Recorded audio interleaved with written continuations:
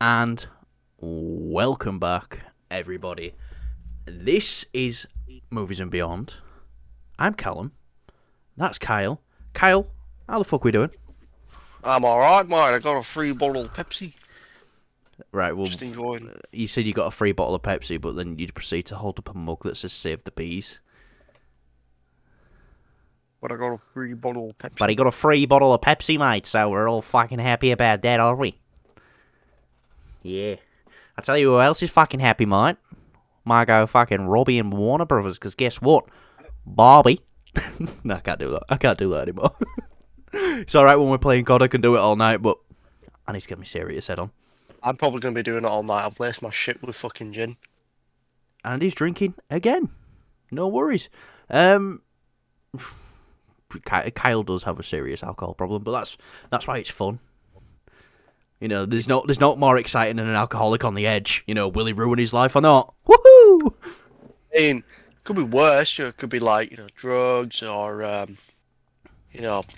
online shopping. Could be worse addictions that I could be addicted to. Yeah, I suppose. But anyway, Barbie. Barbie. We're going to talk about Barbie probably for one last time now.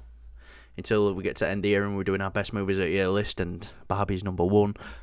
It's broke 1 million worldwide. You know, when Margot Robbie pitched this film, You said a million.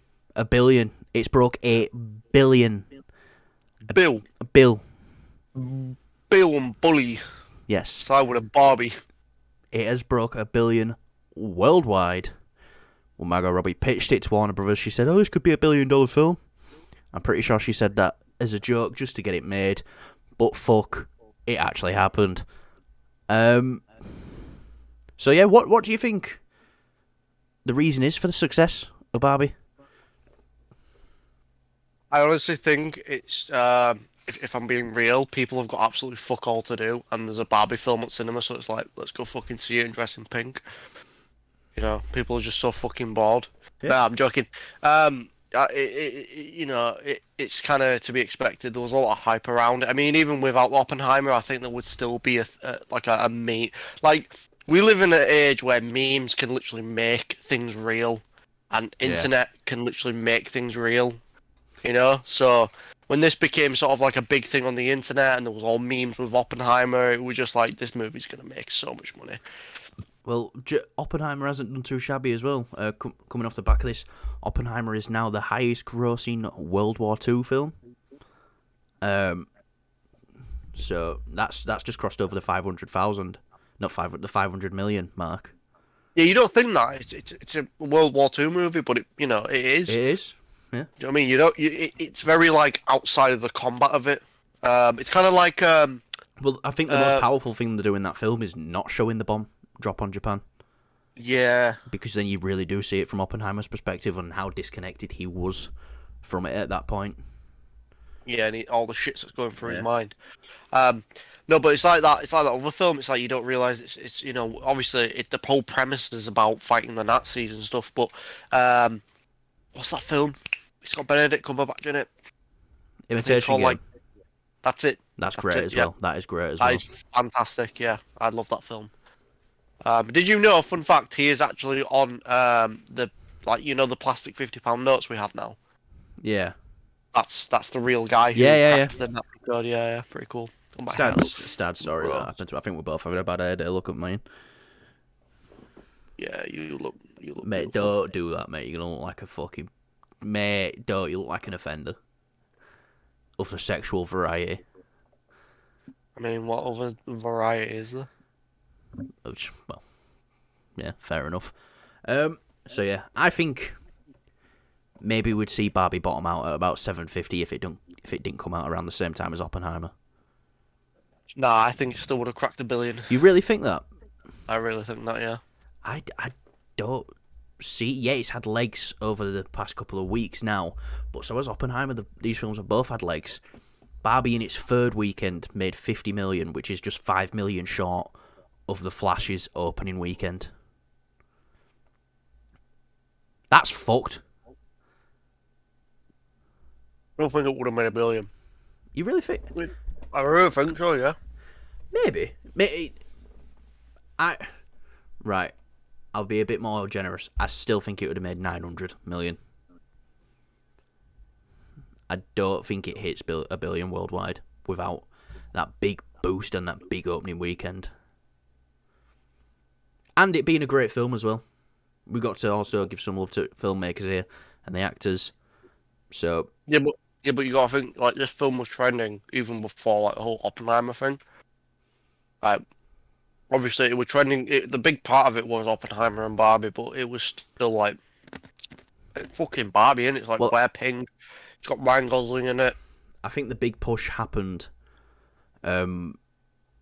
like a month or two before the film came out, and they've got, had both the stars of each films talking about each other's films. You got Cillian Murphy saying, "Oh, I'm definitely going to go see Barbie," and you've got Margot Robbie going, "Oh yeah, we'll go see Oppenheimer." So I think it really just fed into each other. But I don't think it would have made a billion. Well, we'll never know. All that matters is it has. So, well done, Margot Robbie. I think she really needed this. Her last couple of films have been, don't want to say flops, but they just haven't been, big box office draws. Neither of most of her films. People forget that. Obviously she had a breakout star from The Wolf of Wall Street, and she's done stuff after that, and everyone holds her in such high esteem. But her films don't usually do that well. But then look at this. I think she's proved herself now.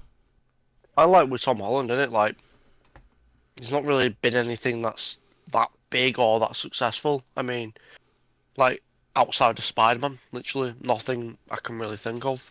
Yeah. Which is quite sad, to be honest, but, Well, if he can play Spider-Man and make all his money while he's young, and then just sit it out for the rest of his life, I'm pretty sure he'd be pretty happy about that.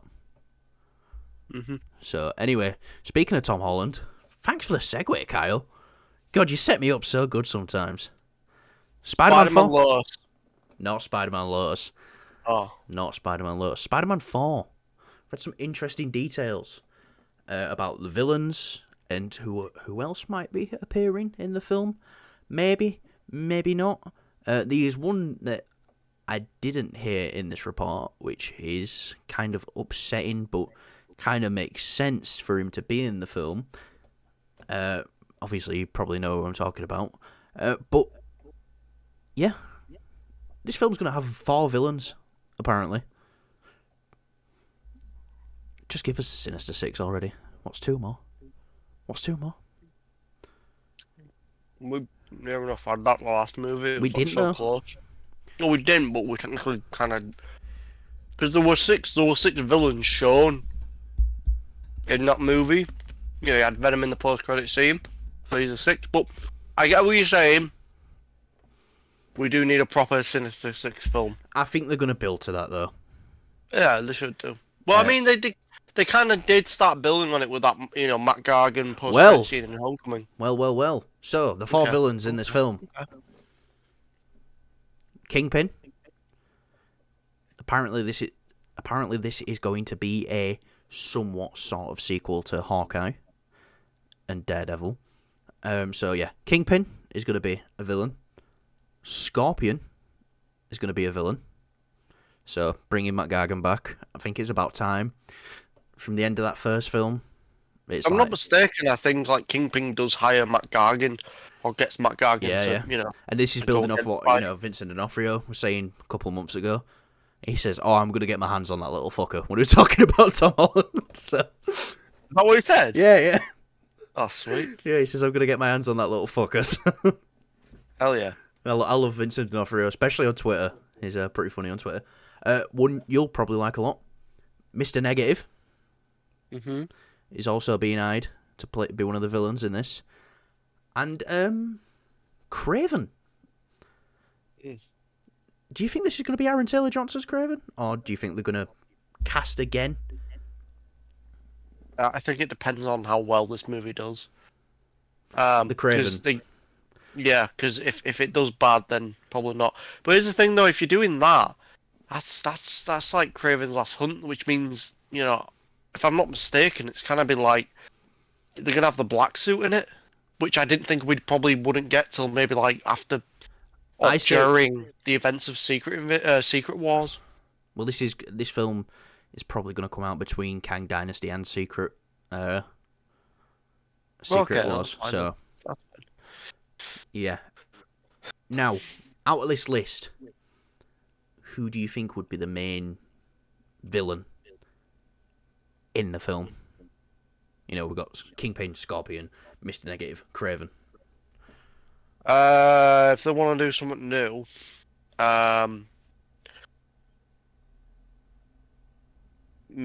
well, not new because they did it in the video game quite recently, but obviously Mr. Negative.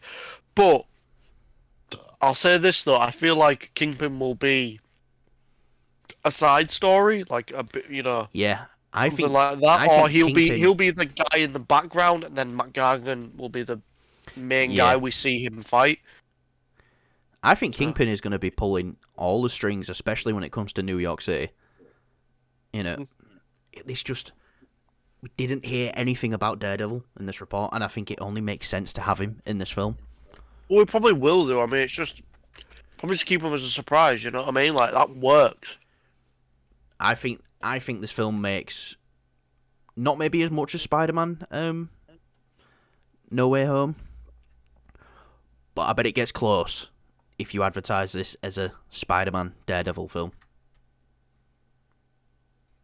If they advertise it as that, then yeah. But I don't, But if then this is again, what we're aiming. yeah. To be fair, you didn't need the marketing for No Way Home.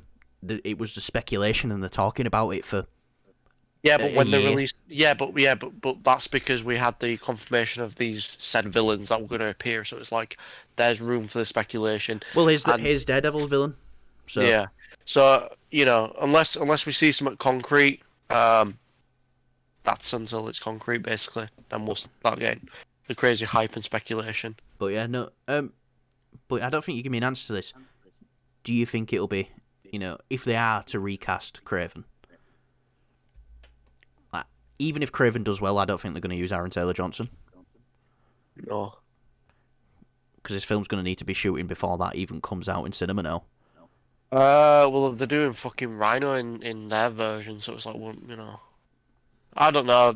Honestly, I don't like thinking about what Sony is doing with their own universe. It honestly fucking bores me and pains me to think about.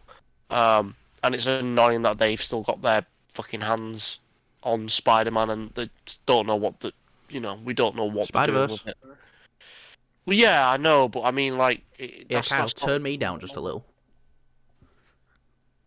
that's not what I mean, though. As in, like, so You're on about the live obviously, action. I'm on about the live action stuff. Yeah, it just I don't like thinking about it. You know, there's too much shite going on with their universe, and after sort of Morbius as well, and all the speculation of like who's their What, Spider-Man, the and movie of all time? the movie of all time. Yeah, yeah. I we'll wait and see. I mean, I don't want to get my hopes up, so yeah. That's all right because apparently they're going to be introducing a Miles Morales in this film, and It's too much. Donald Glover will be coming back as Prowler. Way too much going on in this film. Then I'm sorry. Well, I was thinking that about No Way Home, and they managed to pull it off. Yeah, it's just a case of this. It depends on this if this movie is made with all the love and care that they made the previous films with, and this isn't just sort of like a cash grab kind of film. Because Well, let's be honest, like look at Spider-Man 1, Tobey's film, Spider-Man 1, Spider-Man 2, and then they wanted Spider-Man 3, and then they wanted to horseshit all this stuff in it.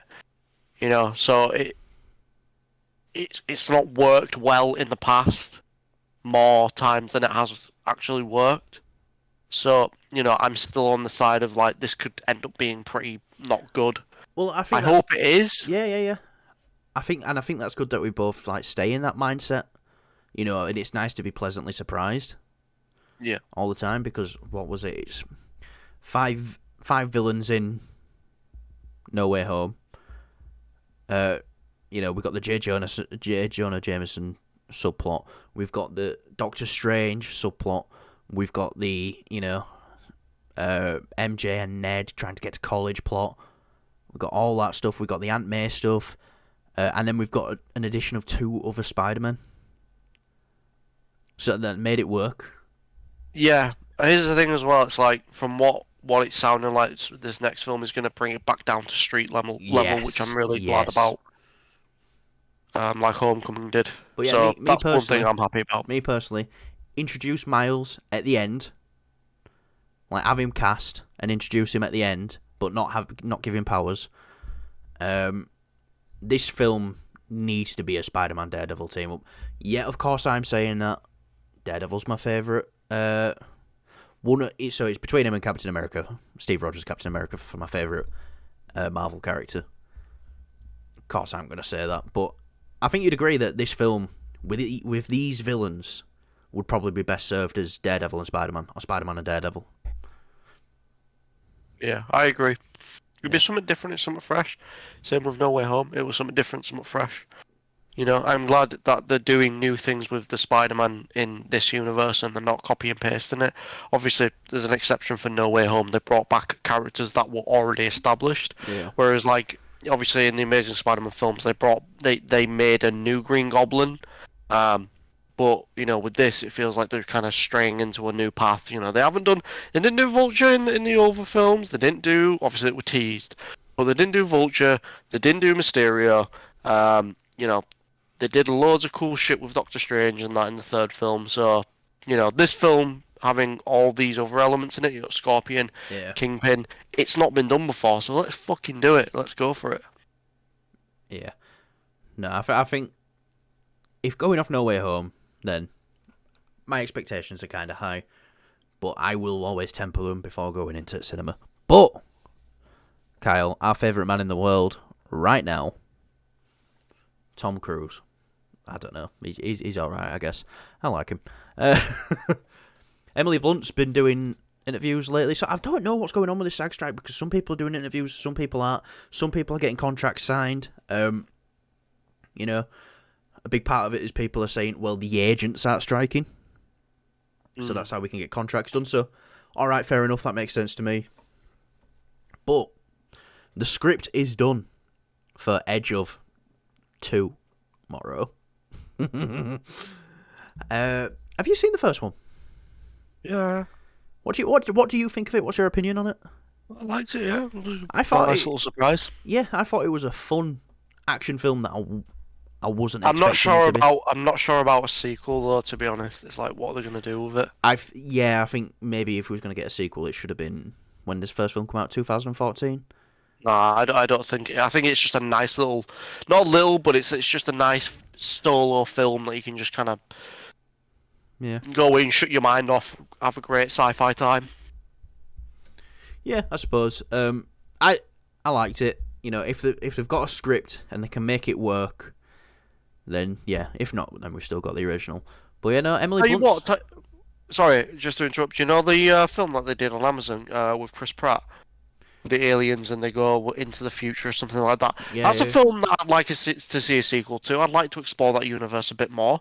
I just feel like with Edge of Tomorrow, it was just kind of done once the plot were done. Do you know what I mean? Like, what are we going to do? Just redo the same thing. But Kyle, it's like,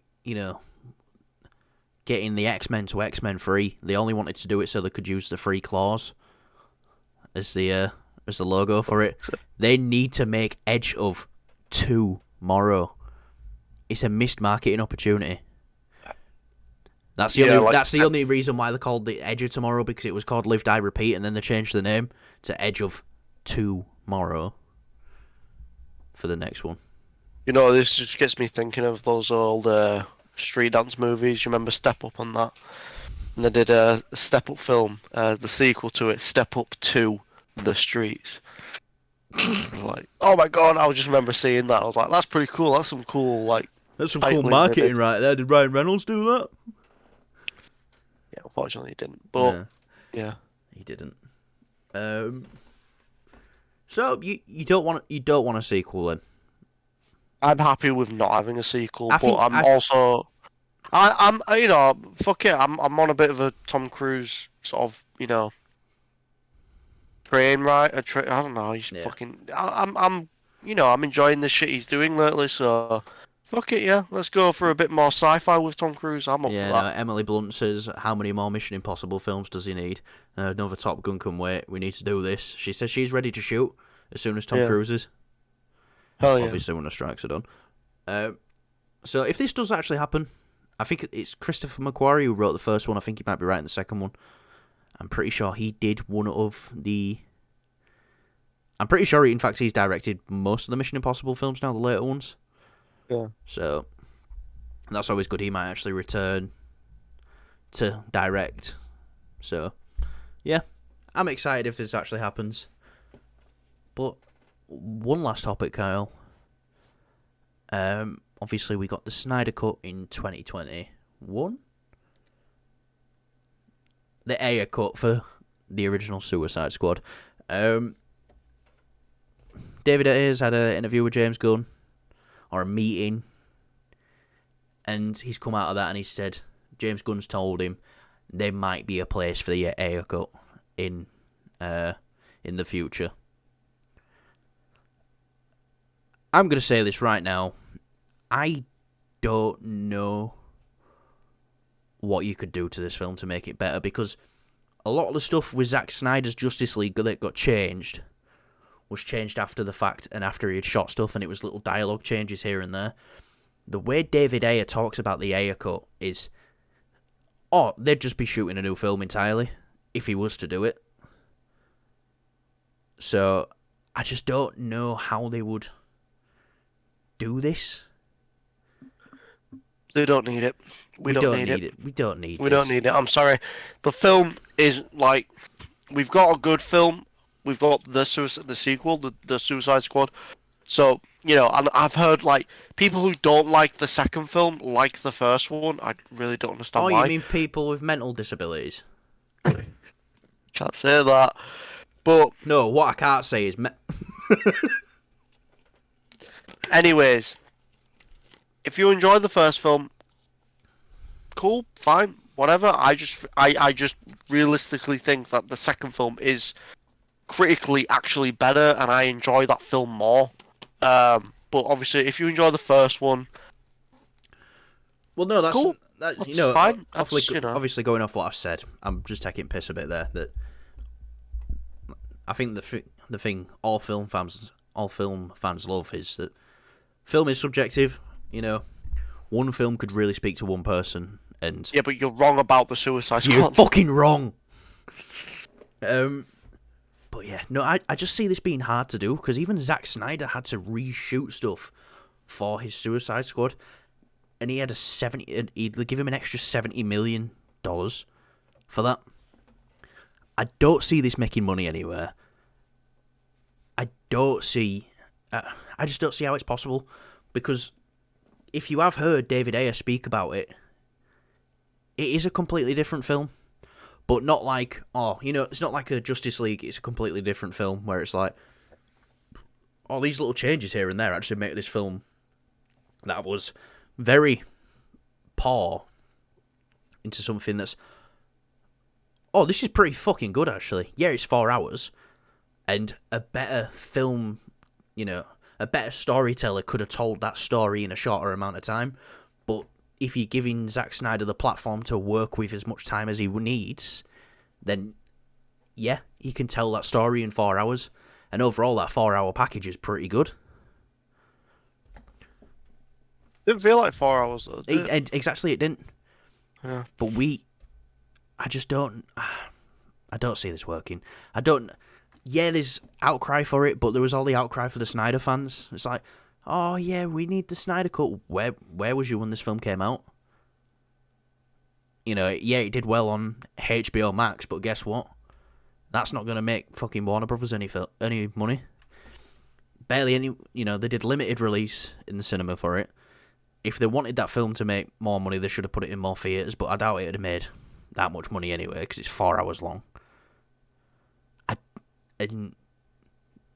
Yeah, no. To do this when we've already got the Suicide Squad, just it just wouldn't work. It wouldn't work. No, I mean, you need to leave the old DCEU behind, anyways. Yeah, We need to stop going back to this stuff. I'm sorry, Ayer for Ayer Cut fans out there, but you don't need it. There's a lot of people that say they like it, this film. There's a lot of people that really dislike it, and then there's people that dislike the sequel, and then there's people who love it. So if you're a fan of the Suicide Squad in the comics, you've got two films to choose from here. One of them, you know, they're both very different. yeah, they're both They're different. both Suicide Squad films at the end of the day. Yeah. Why do you need this third one? This third option? You've got two options already.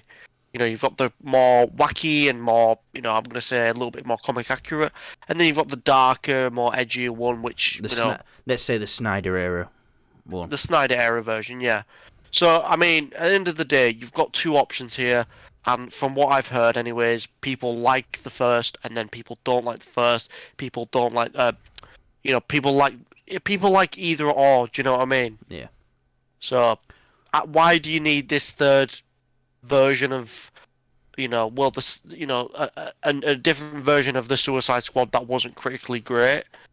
I'll never know. And then chances are no one will like it. Do you know what I mean? It'll be probably a shit film, a shit version of the film. It'll probably be worse than the original cut of it, or it could be ended up being better than both. We don't know, but do we really need to know? Is it really worth putting the money into it when we can put money into a new project like a show, like the Green Lantern show, or can we maybe put more money into the Batman film? Kind of think about it here. Which one would you rather have? And I'll say it again.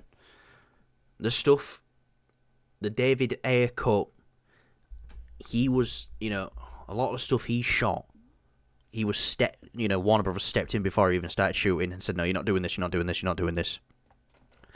The Ayer cut would be a complete, rebuild of the film, basically. So it just won't work. And you're telling me you're going to be able to get that entire cast back? Because a lot of them are in scenes together a lot of the time. No chance. Well, yeah, it's a squad.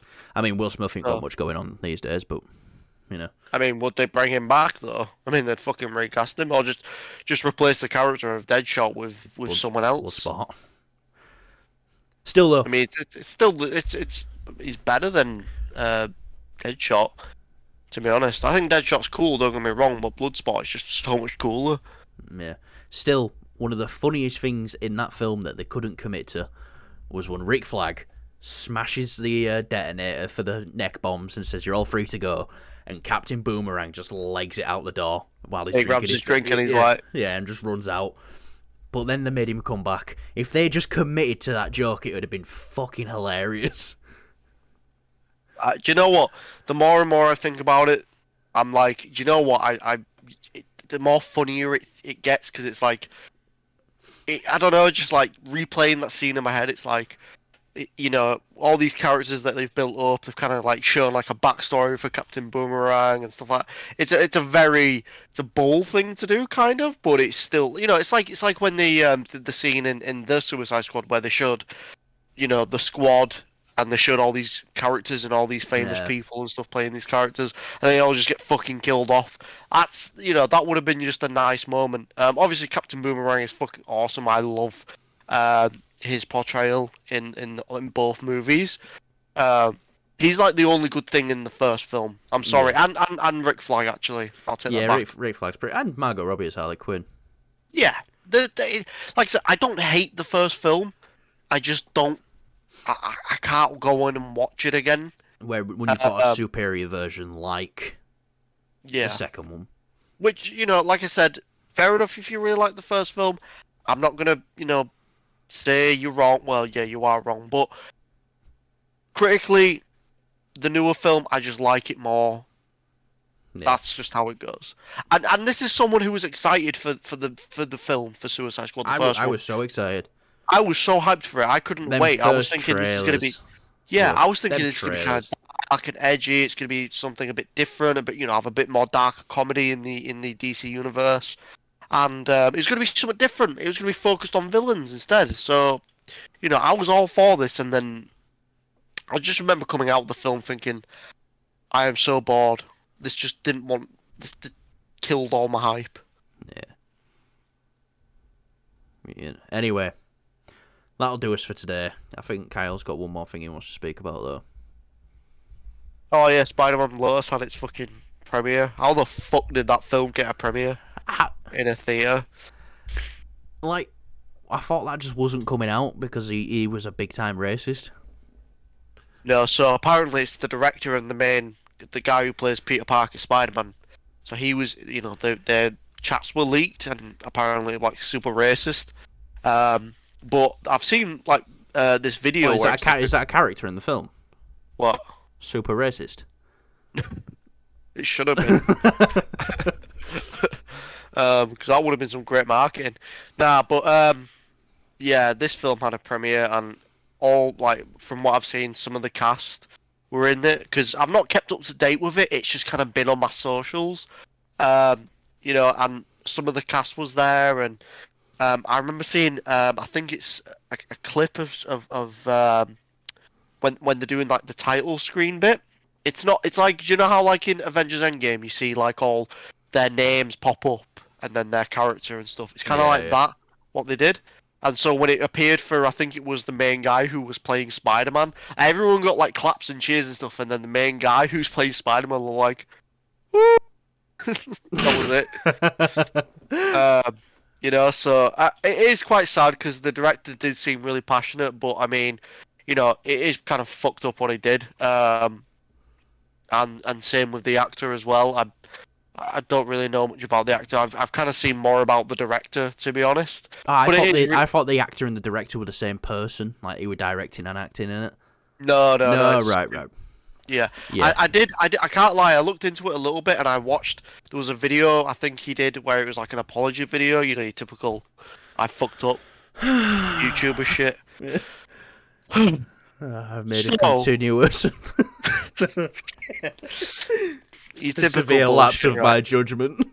Yeah, but do you know what I mean? Like, it's kind of the similar thing. Not as bad.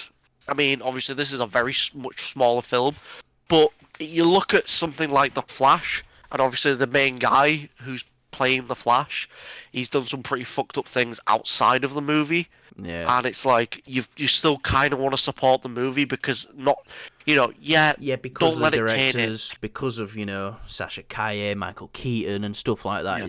It's like this film isn't just Ezra Miller. Well, yeah, that's what I'm saying. A lot more went into it, but because this is a smaller operation, it's like there's been other people in it. Yeah. But, yeah. It's the director and the actor, and it's like they're like the two big components to this film, and it's like. But I would like to show support for this film. I just don't know whether if I can or not. Yeah. Because I do, in a way I do, because the VFX, I know a lot of people have said like the VFX guys, they've put a lot of work into it. I don't know if you've seen that final swinging shot. I've seen it, yeah, it looks pretty cool. Fantastic. Movie level stuff. And so like I'd like to go see it just for that, and outside of these two people that kind of fucking did wrong, ruined it for everyone else. Yeah. Just one question coming off this then. Do you think Tom Holland could actually get away with saying the M word? Why has he said the N word? No, but I just think do you think he could get away with it? You're